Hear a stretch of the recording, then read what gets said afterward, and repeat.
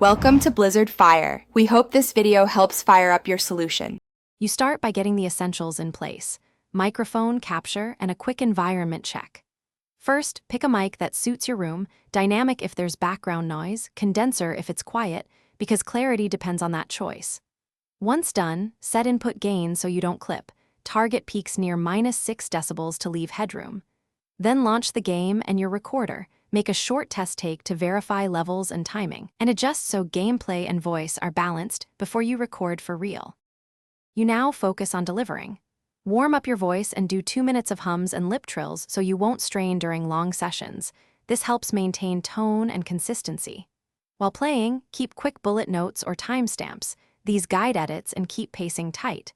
Record in manageable segments and use markers every few minutes. This simplifies post-production. Make sure to match energy to the gameplay, louder during highlights, quieter in explanations, so viewers stay engaged and audio edits stay natural. You finish by cleaning and syncing. First, align voice to gameplay using your markers, and trim dead air while keeping natural breaths so pacing feels real. Then apply gentle compression to even levels and a subtractive EQ. Remove low rumble and tame harsh highs to improve clarity without sounding processed.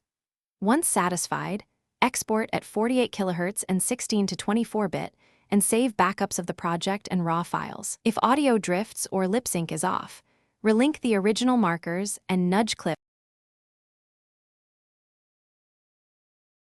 Thanks for watching. If you found this helpful, don't forget to like and subscribe.